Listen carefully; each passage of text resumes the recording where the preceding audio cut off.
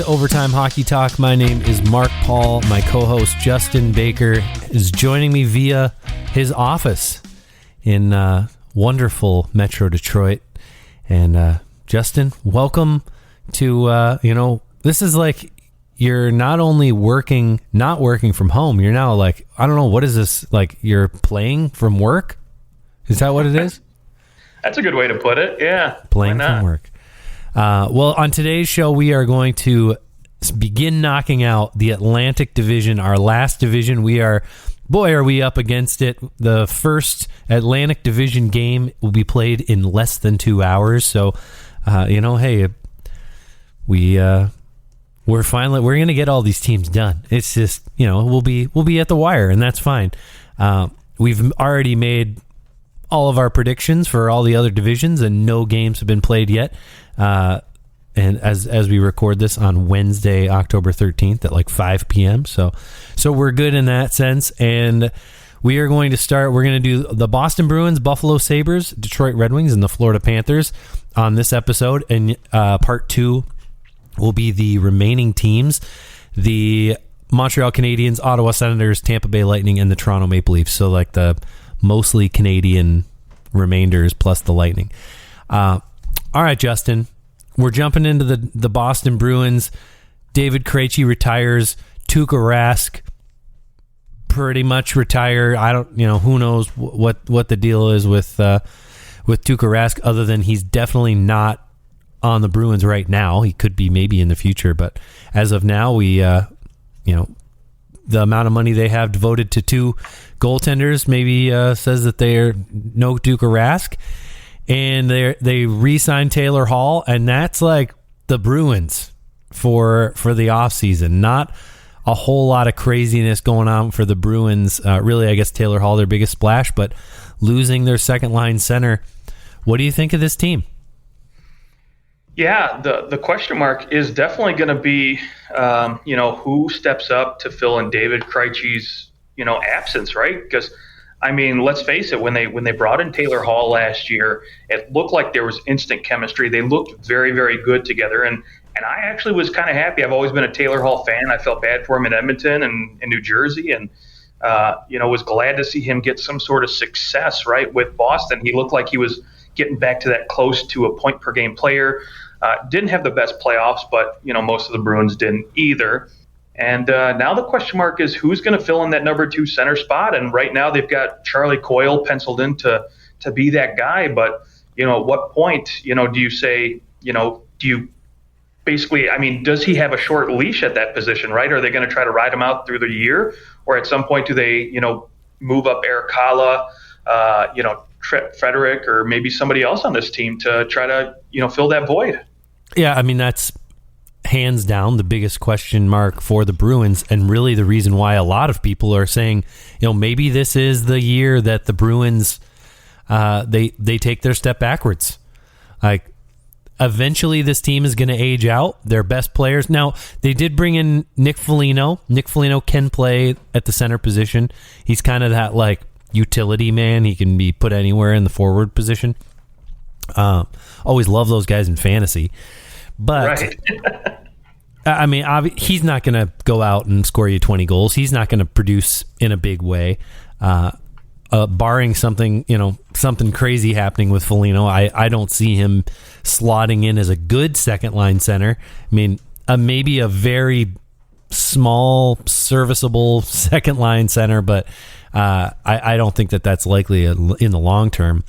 I think what you're looking at is, let's see how, I think that this team is going to be in playoff contention, and how close you get to the trade deadline. If they're still in it, it's almost a certainty they'll go out and they'll try to acquire a center. Like, that's just what they do. This is maybe Patrice Bergeron's last year in the NHL. Like, he said, I'm not going to negotiate any deals. I'm going to see what things feel like after this year, if I'm, what he's going to do. So I don't even know if he knows, or maybe he does know and he's just not saying anything. We don't know. But Patrice Bergeron, UFA at the end of the year, he's not going to get traded. So your only other option is to likely use your first round pick to go and acquire a good asset that you can bring in and take your shot, one more shot with this group, because you don't know if Bergeron's going to be back next year.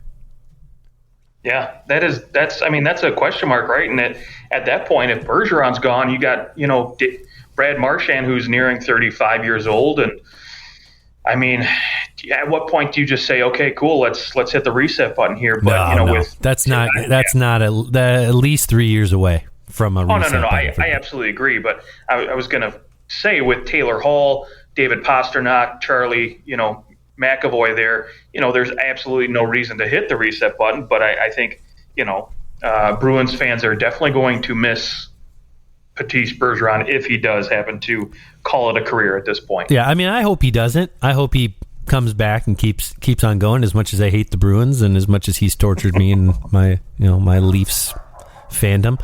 But I also think we got to look at the goaltending when we consider this Bruins team, because really, I mean, for the first time in 10 years, there's no Tuukka Rask sitting here in net, and that is a scary prospect.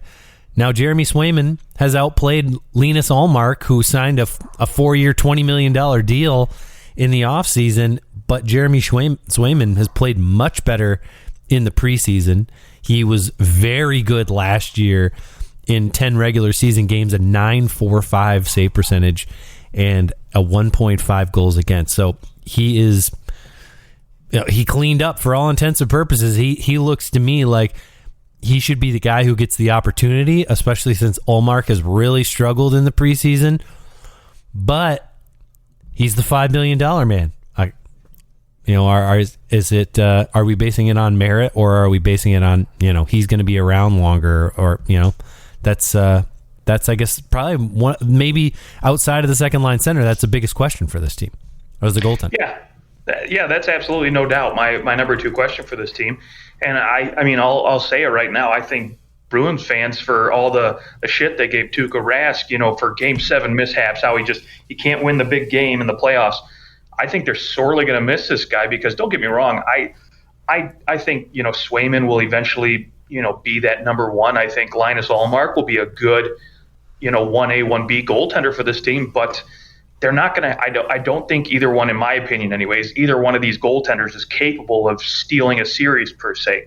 They're not going to be that absolutely dominant Vezina Trophy type goaltender year in, year out like Tuukka Rask was. Sure looks like to pay a goalie $5 million, you definitely think that he's someone who could do well enough to steal you a series. I mean, I don't think you're signing somebody for $5 million if you don't think they're really, really, really good. Well, I mean, listen, I'll admit it. I think for $5 million, I think you're expecting a guy who can be a starter and get you in the playoffs, win a few games, And let's face it, I mean, on a Buffalo Sabres team for the last 2 years, a .917, .915 save percentage. He was fine. Yeah, he was great. Yeah. So for just a terrible Buffalo Sabres team, and you're going to now a team that is very good defensively and plays a good two-way game and has the forwards to boot that can score some goals, I think he's doing pretty good. So I suspect we'll see, if anything, similar numbers out of him, which will be good enough to catapult this team into a playoff spot if he puts up that type of production.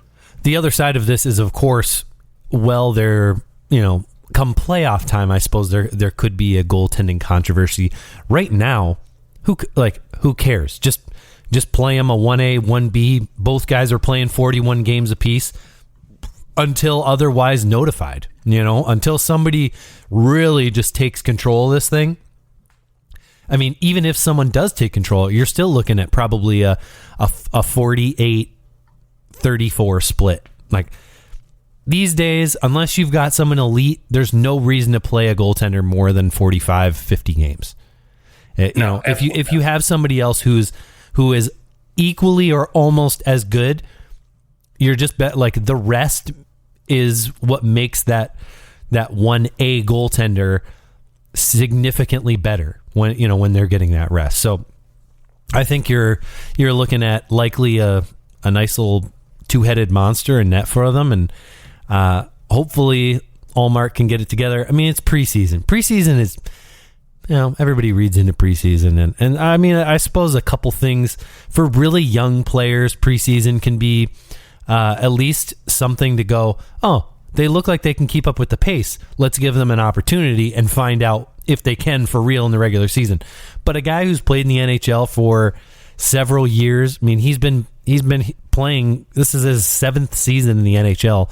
Linus Ullmark, he'll be fine. Like he didn't all of a sudden just get bad. It's just a new team and preseason, so I'm willing to write it off pretty quickly for Ullmark. What else? Anything else for the Boston Bruins? Yeah, I would like to say, with Charlie McAvoy being an RFA after this season, is he going to be a top 10 defenseman in this league this year? Yeah, I mean, because he could get $8-9 million if he is. Last year he was really on pace for 45 points, at least pretty close to it. And in the playoffs, he was more than a point per game player. All right, you're going to get paid if you can do that again. My guess is they're going to have to give him at least $8 million, right? Yeah, I would think so. When you look at what Seth Jones and Werenski got, I mean, easily. Now Seth Jones is UFA numbers, so it's a little different. But I think you're somewhat comparing McAvoy to, you're looking at Makar, you're looking at Quinn Hughes, and you're probably based off of, because Charlie McAvoy is a better defenseman, like he can play defense. Quinn Hughes still kind of growing into that. Cale Makar has the leg up on Quinn Hughes in his ability to actually shut down in his own zone. I think you're looking at somewhere in between Quinn Hughes and Cale Makar, like an 8.5, and likely for probably five or 6 years, unless he decides I want to take a shorter deal and play my cards when the cap goes up and see if I can't get a bigger deal. But I mean, based off of what he signed the first time, he signs that a 4.9 mil cap hit, and that was back in 2019 when he signed that deal, a 3-year deal. To me, you think, well, he was willing to take probably a little bit of a break there. Like he was coming off that good playoff run, and I think that you're probably thinking Charlie McAvoy, like, yeah, I'll take a little bit less now because I want to fit under the cap with this really good team. Of course, they go to the Stanley Cup Finals in that year, and now he's in this position where he wants to get paid. Bergeron is not going to probably get paid as much. There's definitely openings for someone to be paid significant amount of money in Boston. I mean, he's definitely going to be the highest paid player on the Bruins after next year, or whenever he signs the extension. No, I agree. I think until David Pastrnak gets his extension, he'll be the highest paid player, no doubt. Right. Yeah, Pastrnak, of course, he'll get, if he re-signs in Boston, it'll be a absolute monster of a deal. Likely 10, probably somewhere in the 9-10 million. Unless the Bruins seem to be able to convince everybody, hey, we're not putting anything more than a 6 in front of your name there. Okay, Boston Bruins, I think we're good on them. I would like one other thought. I would like to see Eric Haula kind of return to that. I think we all look at that Vegas season in 17-18, and you're like, man, that guy put up almost 30 goals, 55 points, and since then, in 3 regular seasons. Now, granted, he only played 106 games, but in those 106 games, he put up like 50 points. So you're like, oh, we want to see him return to that big number, and maybe he's the unexpected kind of guy for the Bruins. He did play really well in the playoffs last year, had 4 points in those 6 games for the Preds. So Eric Haula could be that guy who kind of flies under the radar and ends up having a really nice season for the Bruins because there's openings for him to move up in the lineup. All right, Buffalo Sabres. Oh, this one's going to be rough. This one's really fun. You know, it's a really good team. Really like what they've been doing the last few years. Yeah.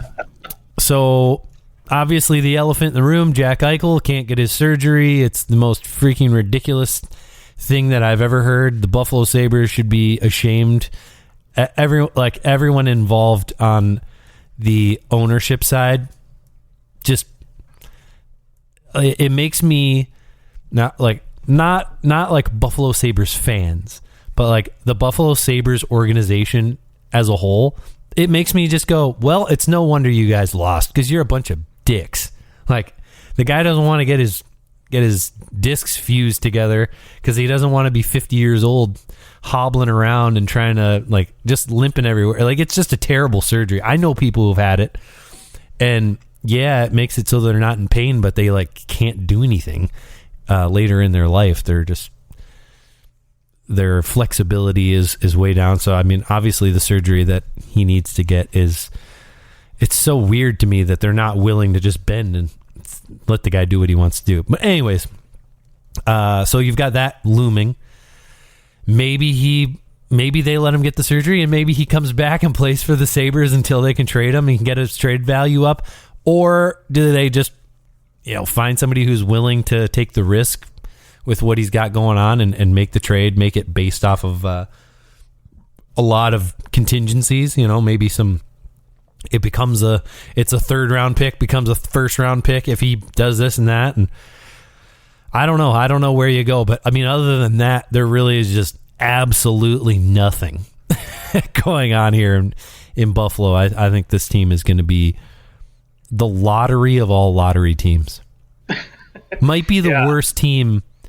They like, are we like, I think we're going like, can they win more games than the Atlanta Thrashers won in 1999 when they were a first-year expansion team with Patrick Steffen leading the way? Patrick Steffen. Oh, man. So to touch on Jack Eichel, this is definitely an interesting situation. And I mean, this one's been beaten to death by just about every writer this summer. There's no doubt in my mind that he gets moved before he's healthy enough to play. Now, rumor is, according to some writers out there, that apparently the Ducks and the Flames seem to be the front runners because they are willing to listen to Jack Eichel and what he wants to do as far as, repair is concerned on his neck. And I mean, let's face it, I think Buffalo now is entertaining the idea of all these conditional picks, conditional terms of a contract, because let's face it, I mean, he's got $50 million, left in 10 million AAV over the next 5 years left on his contract. And that's not an easy chunk of change for a team to just take on when they don't know how he's going to be after, whatever kind of surgery or repairs he does. Now, granted, I think he'll, if he gets the surgery or the repairs he wants, I think he's more than capable of coming back, after some rehab, and he'll be just as good as he was before. Now, with that said, I mean, Anaheim and Calgary seem to be the front runners, teams willing to pay up, and they've got the prospects, the picks to do it. And me right now, from what I hear, I heard Jack Eichel say that he wants to play on the West Coast, that he would love that. So I honestly would love to see the Ducks make a move here. Now, again, granted, I don't know what's going to happen. I don't know if they're willing to give up the pieces or if Buffalo even is willing to lower their asking price a little bit. But really, that's going to be the storyline for the Buffalo Sabres. It's going to be that, and how many wins can they get this year? That's going to be the mantra all year long. I mean, you and I have talked about it ad nauseum, but they probably have the worst goaltending tandem in the NHL, and I feel bad for Craig Anderson, because this is a guy who has had a good career, is a good goaltender, seemingly comes out of retirement to be the starter for Buffalo, and is just going to get crapped on every night.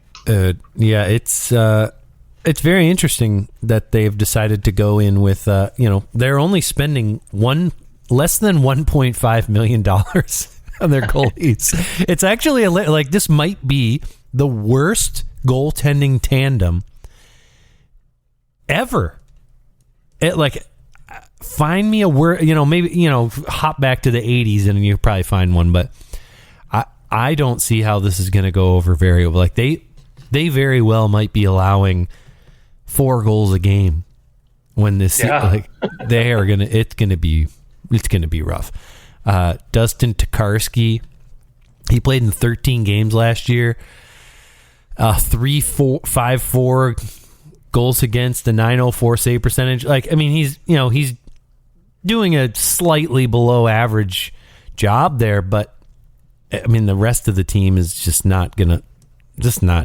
Like, this is gonna be a disaster, but at the same time, I mean, we know they're going for Shane Wright. I mean, this is the last thing that I read about Shane Wright was that if you take Shane Wright and you put him against all the other top prospects from the last 10 years, he's below Connor McDavid, but above Jack Eichel and above Austin Matthews. He's a more complete player than the both of them. So, I mean, you're talking like here comes basically a generational player. And so, yeah, tank for Shane Wright and see if you can snag him. I mean, that there's only a 20% chance that you get him, even if you finish last. I know there's a couple other really good players in that draft too, but no one's anywhere close to Shane Wright. But again, so what? The Sabres get him. What does it even mean for the Sabres at this point? Like, they just, something needs to really change here. And it seems to me to be something beyond just, oh yeah, they're just not constructed right.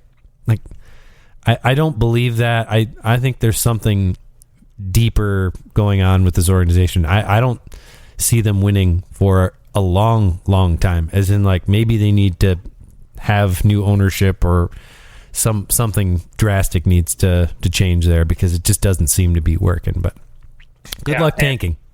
Yeah, so the odds at the number 1 pick are 16.6%. Oh yeah, it went down even further, didn't it? Yeah, even worse. I mean, so the odds of them actually getting it are not very, very good. So they could miss out on Shane Wright and still be the worst team next year and the year after that. That's very true. And the year after that and the year after that. Like, that's how brutal this looks. I guess, okay, upside, like, is there anything that, I guess I'm looking at Casey Middlestat. I'd like to see if he can, kind of rise to the occasion. He's going to get the opportunity to be a number 1 center. Victor Olofsson, can he return to that heavy power play scoring? Like, he had 13 goals last year, 20 the year before, though, in fewer games. Where does he end up landing? Can he hit 20, 25 again? At this point, if you're on the Sabres, you've got to kind of be thinking, like, yes, like, we're all in this together, but at the same time, I would really like to up my value, and maybe the Sabres will trade me if I'm doing too well. That's what I'd be shooting for. Any chance Jeff Skinner, it does anything, like, is anything going to happen with it? Like, is he just going to kind of float and be this 20-point guy now? Or no, you know what? I'm gonna give an over under here, and I'm gonna say maybe let's go 35 points this year. I could go 35. He literally has no one to play with, but exactly. Well, okay. Well, good luck to the Buffalo Sabres. Good luck to the fans. My recommendation, strong, like, find a girlfriend team. That's what you need. You might need 2 to make up for the season you're about to go through. So the girlfriend team all the way. Just, decide who you want to root for. Maybe someone on the West Coast or whatever, but someone in the Metro, so it's not so close to home. You can go out and find some team that you can root for. That's what I would suggest. Trust me, I'm a Leafs fan. I know all about girlfriend teams. All right. Speaking of teams that you might need a girlfriend team, the Detroit Red Wings are up next in our Atlantic Division preview. Justin, take it away. This is your team. Talk to me about your expectations for this season and how you see things playing out. Yeah. I mean, let's be honest. I was excited to get a full season of Vrana, and that was just cut short, right? Yeah, it's tough. Yeah, that's the storyline going in. It's going to hurt. 4 months, no Vrana. But on the flip side of that, the kind of silver lining in that roster spot available, now we get to see Lucas Raymond, right? The high-scoring draft pick winger, drafted number 4 overall in 2020. Now he's going to get a full-time spot on that top line next to Tyler Bertuzzi and Dylan Larkin. So he's going to have every opportunity to prove that he's worth that number 4 pick. And I think he's going to flourish. I think he's going to look great. Probably, I don't know, I'll go between 35 and 45 points for him this year, which would be, I mean, very, very good, all things considered. He's still 19 years old. So, maybe 15 goals for him, 20 goals would be great. We'll see how he does playing on that top line. Now, again, that's going to be the storyline with this team too, right? The young guys getting opportunities. Maurice Snyder, the number 6 overall pick, Yzerman's first ever draft pick, shocked everybody, right? Goes last year and wins Defenseman of the Year over in Europe. Looked very, very good. And so he gets, basically he's going to be paired up with Nick Leddy for the entire year on his right side. So good. I love it. I love him playing with Nick Leddy. Oh, it's a beautiful, like that trade to acquire Nick Leddy. So good. Just genius to surround him with someone who is cerebral and isn't going to get caught out of position. I absolutely love it. Yeah, and that's the thing. Maurice Snyder's not going to be your Quinn Hughes type, point producing defender. He's a big guy. I mean, he's what, 6'3", 208 pounds. He knows how to lay the body, but he can also move his feet very, very well. And, again, over in Europe when he was playing in the SHL last year, he did a very good job of controlling the puck, getting it out of his zone quickly with one pass, and, didn't really make a lot of defensive mistakes. And so, again, the theme, the young guys, right? Philip Zadina is going to get a full season being in the top 6. You're going to see a guy like Michael Rasmussen play third-line center. Pius Suter, who I was just shocked that the Chicago Blackhawks let him go after just what was a fantastic year last year, 27 points in 55 games for his first season in the NHL. And they basically said, well, no, we're good. We're not gonna sign you. And again, I don't know if it was a situation much like, Nedeljkovic, where the team just didn't want to put up the money. But I mean, at $3.25 million for a guy who is essentially going to be your number 2 center, 40 points. Yeah, 45 point. Yeah, it's a risk worth willing to take. And, again, we've got 2 years of him signed. That could turn out to be very good. So, again, this team is going to obviously, finish towards the bottom of the division, but it's going to be a lot of opportunity for younger guys to really see what you've got there. And I can't remember what specific article it was, but they were ranking the prospect pools for all the NHL teams. And they put Detroit in at number 2 because of guys like Zadina, Raymond, Schneider, coming in. And so I think this team has got a bright future, but there's going to be some growing pains again this year. I think they're going to battle, they're going to compete every night, but ultimately they're going to, probably come out the loser more often than none. And, again, we'll see them, compete, but ultimately I think they'll finish towards the bottom of this division. Who's more likely to win the Calder, Maurice Seider or Lucas Raymond? To be honest, I think the flashiness of Lucas Raymond will attract more people. I think, Seider is a very calm, just steady defenseman, much like, I don't want to compare him to this because he's definitely not that, but Nick Lindstrom was never flashy. He was just steady and really, you knew when he was on the ice, he didn't have to do much, but he always shut other people down. And I think that's what you're going to get out of Seider as far as, that presence on the ice. He's not going to be all over the place. I think Lucas Raymond is going to be flashy. He's a goal scorer. It's something that the fans here in Detroit that are going to really love to see. And, again, I think, goals usually win it out unless you're just a number 1, defender like a guy like Aaron Ekblad was for the Florida Panthers. Yeah, I think, if there's one guy who I look to have a nice season, like, if I'm thinking fantasy, I think that Dylan Larkin has a really nice bounce back year. I mean, we're 2 years now removed from his 2018-19 season where he put up almost a point per game, 73 points in 76 games, and had 32 goals. I don't see the 32 goals, but I think that he'll put up over 60 points this year because of the talent around him. He's finally, even though they're young, and I think they're going to give up some goals. I think some nights there's going to be a lot of goals against on the Red Wings, but I also think they're going to have some high-scoring games because of the way that they're going to play and open things up. Like they've got some talent, so they can actually, the power play is going to look better. And I think that is going to result in Dylan Larkin picking up some more points.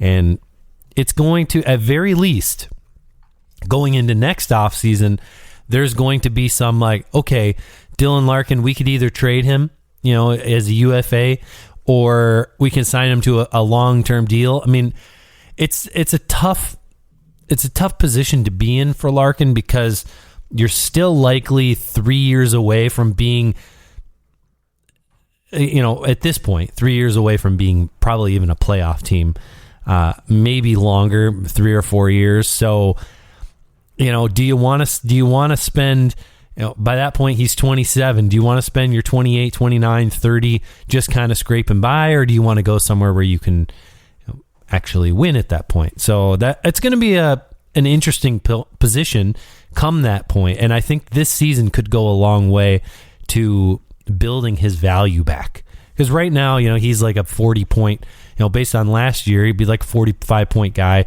barely 20 goals.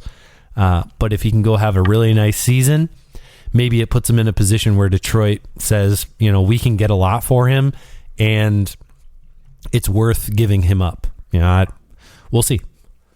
Yeah, I mean, personally, Dylan Larkin is going to get an 8-year extension. I don't see him going anywhere. He's from Waterford, Michigan. He's a local kid. He grew up watching Steve Yzerman struggle. Well, I shouldn't say struggle because when he was born, they were already in the playoffs in '96. But, he's got that mentor, Steve Yzerman, of a guy who was a captain, who was with a struggling Red Wings team for so long before they finally hoisted the ultimate prize. And so I think, Larkin's got a good example of a guy to look to and say, okay, cool, I can tough it out. We're going in the right direction. I think as long as this Red Wing team keeps evolving in the right ways, he'll be willing to sign that 8-year deal. Now, one thing that we forget about is there's another guy on this team by the name of Tyler Bertuzzi who, last year, 7 points in 9 games, looked like he was going to be a solid contributor and, really help boost this team. And then, of course, gets injured. And so I think, Dylan Larkin's injuries over the last couple of years, and now you get a full season of Tyler Bertuzzi and a healthy Larkin. I think this top line is just going to be phenomenal to watch every night. Yeah, they're going to be fun. They're going to be fun. They're actually worth going and paying money to go see. Yeah.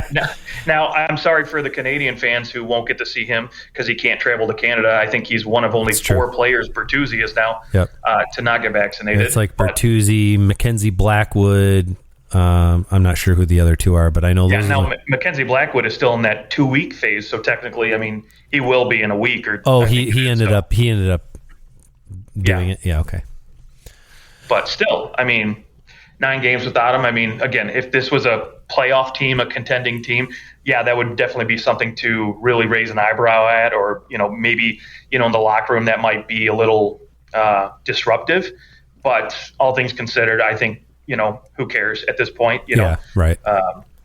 Just hopefully when he is playing, he's playing really well with Dylan Larkin, and things continue to get better for this team. And that, I mean, who knows? Maybe some of those rules adjust a little bit. Sure. As we get further and further along. There's definitely more. Like Tyler Bertuzzi is so far down the list of athletes to care about because you got Kyrie Irving, who's just. He can't play in 45 games for the Brooklyn Nets because he can't play any home games because he can't play in New York. Right. So good luck with that. I am curious about that though. If Kyrie Irving isn't allowed to play in New York, does that mean that Tyler Bertuzzi also can't play in New York? And Kyrie Irving can't play in LA. Does that mean that Bertuzzi can't play in LA? Is it more than the Canadian teams? I don't know. I don't know if it's an NBA rule or if it's I thought that it was some kind of local law. So Bertuzzi might miss more than just the 9 games. It might be, it might be more like 15 when all is said and done. So we'll see how that all pans out. Any final thoughts with this Detroit team? Yeah, I guess the one thing we didn't really touch on Just to hit it quick is, Alex Nedeljkovic, $3 million for 2 years. Yzerman willing to pony up the money that Carolina wouldn't. And so hopefully this team is good enough in front of him where he can continue to have some good years ahead of him, because I would love to see this guy be the goaltender of the future for the Red Wings. Cool. Any chance we see Joe Veleno up on the Red Wings this year? Yeah, absolutely. He's going to be the go-to guy in Grand Rapids, and I think the minute there's an injury in a roster spot, especially at the center role, he'll be up, assuming it's at least a top 9, role. Right, if he's a fourth-line guy, then no. But, if he can get top 9 minutes and maybe some power play minutes, they'll bring him up for sure. Okay, yeah. I mean, if you consider there's some potential there with Veleno, especially you consider his pedigree. He's one of like 5 or 6 players in Canadian hockey juniors that got his 15-year-old exemption. Like, he's up there with McDavid and Ekblad and Shane Wright. Like, these are very good players. I mean, there's something there for Veleno. Now, I don't think that he's going to be a superstar in the NHL, but definitely I think he has the opportunity to come in and be an impact player for the Red Wings for years to come. So he's someone to keep an eye on, and they're going to keep on letting him marinate down in junior or in the minors right now, which I think is smart. Like, you don't need him. A center, like, it's one thing. Lucas Raymond, Philip Zadina, these are wingers. Like, you can throw those guys out there and they can pick up on it quick. A center, a guy who potentially you're hoping is going to be one of your top 2 centers, you want that guy to be seasoned, because the center position is much more difficult to just get thrown into in the NHL. Absolutely. Okay. Well, if you deem us completed on the Red Wings preview, we'll move on to the Florida Panthers. You've left me satisfied. Okay. Well, wow. That makes me feel good. Okay. The Florida Panthers. This is the sexy pick for the Stanley Cup. They're the team that everybody wants to be really good and like have a deep run, because here they are. They're good now. The Florida Panthers have expectations, and they have a healthy Aaron Ekblad back, along with the potential Calder Cup or Calder Trophy candidate Spencer Knight in goal. I guess he has Sergei Bobrovsky as his backup, right? His $10 million backup. Yeah. Let's talk forward position, because Alex Barkov just signed an 8-year, $80 million extension, which is fantastic. Glad that he's staying in Florida. I think that was a great deal.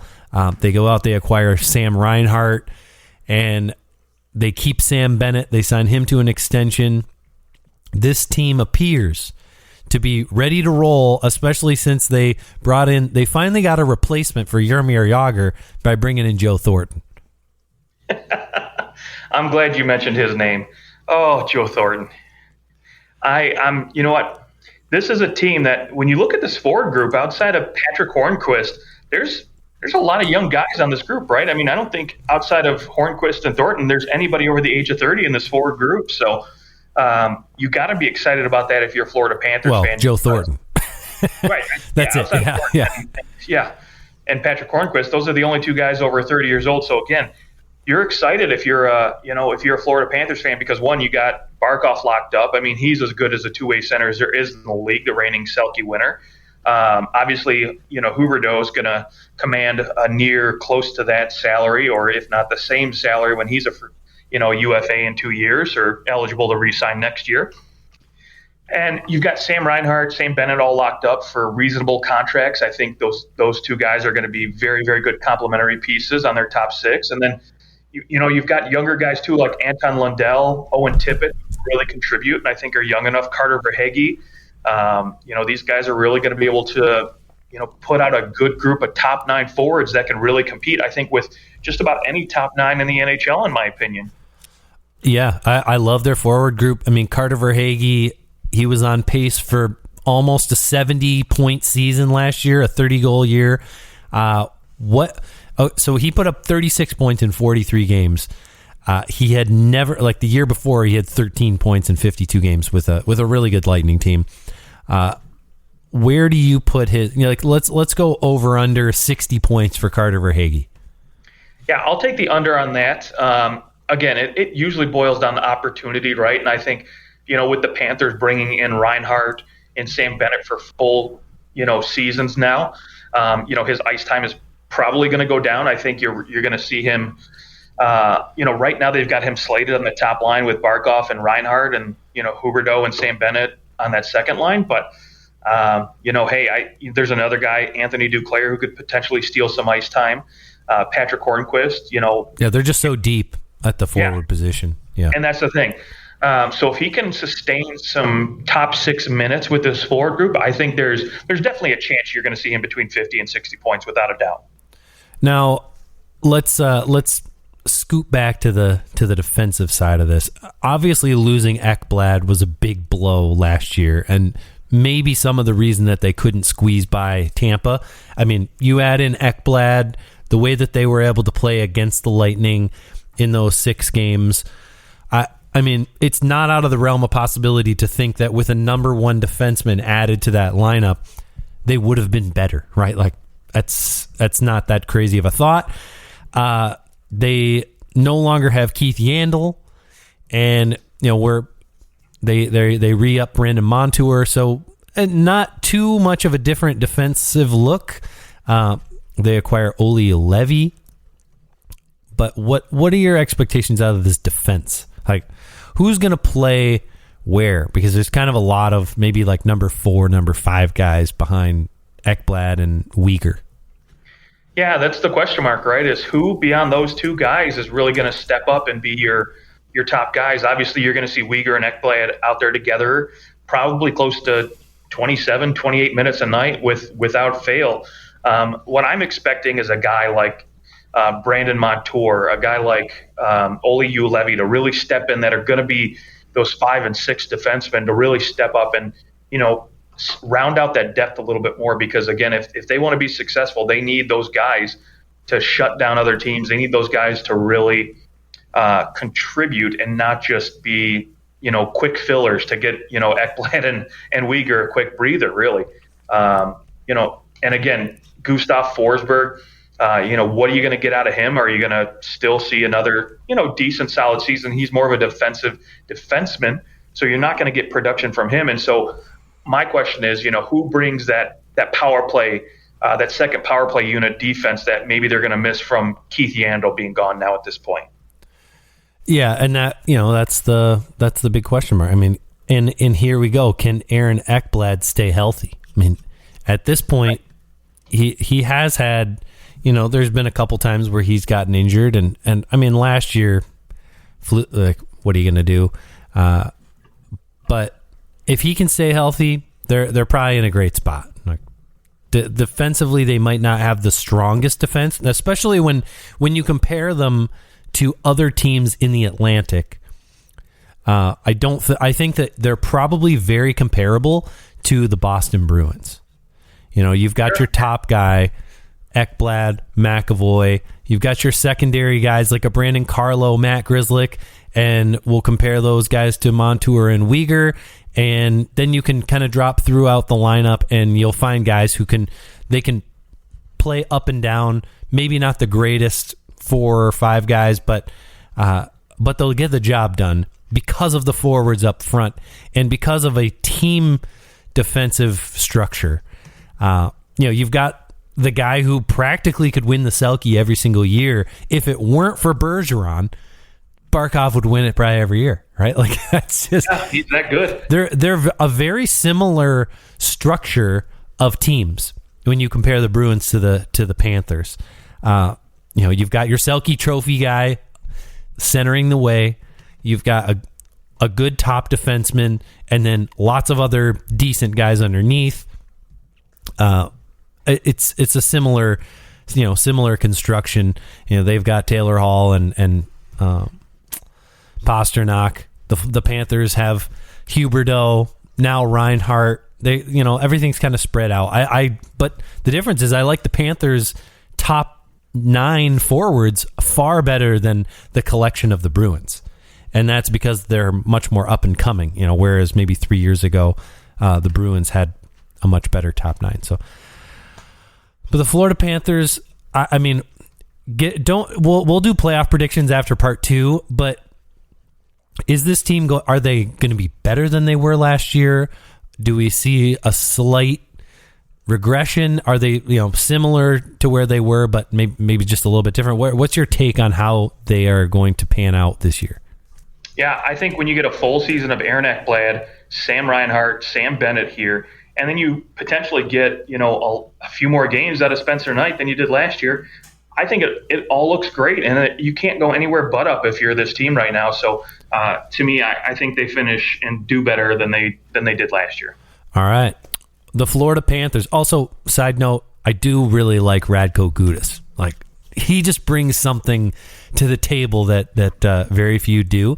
And I know he signed there last offseason, but I think given a full entire year with this team, he's not going to put up tons of points, but Radko Gudas is somebody who can definitely mix things up, protects a lot of those superstar players that are on the Panthers. So I can appreciate what he can bring to the table that not a lot of teams have a Radko Gudas, whether it be at the forward or defensive position, a guy who's just kind of that question mark. Like, I don't know, he might do something that gets him suspended, but I don't want to be the guy that that has that experience with him. So he'll definitely keep you honest out there too. Okay, that is it for part 1 of the Atlantic Division. Tune into part 2. Just head on right over. Listen to it right now because, what else are you going to do? You can also find us on Twitter at OT Hockey Talk. We will talk to you guys soon, and we'll head over to part 2.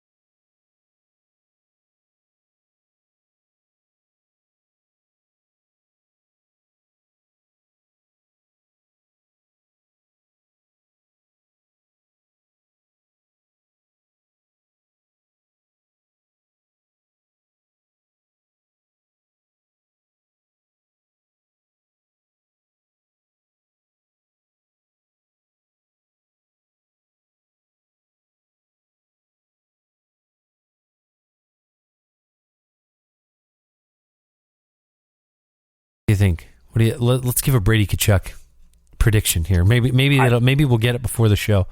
Are we thinking $7 million? $8 million? I think he's gonna get Pettersson money, I think, is what he's gonna get. 3 years, $7 million bucks. I'm wondering if he gets $8 million bucks, because you know why? Because the GM, of Ottawa comes out, Pierre Dorian, and he says, we're no longer in a rebuild. And Brady Tkachuk's got to go, bro, if you don't give me my money, you're going to be like a rebuilding team. So you better pay me. I mean, they have the cap space to do it. It's not like their most expensive forward is Drake Batherson, under $5 million. So it's not as if they can't afford to pay him. And frankly, I don't think, at least under the NHL cap, maybe there's an internal cap that we don't know about. But I mean, you're just not going to pay him more than Shabbat. Probably if you pay him $8 million, it's $8 million solid, just like Shabbat. But we shall see, won't we? Can't wait. All right. Well, that is our show. You can find us on Twitter at OT Hockey Talk. Let us know what you thought, and we will get with you soon. Have a good rest of your day.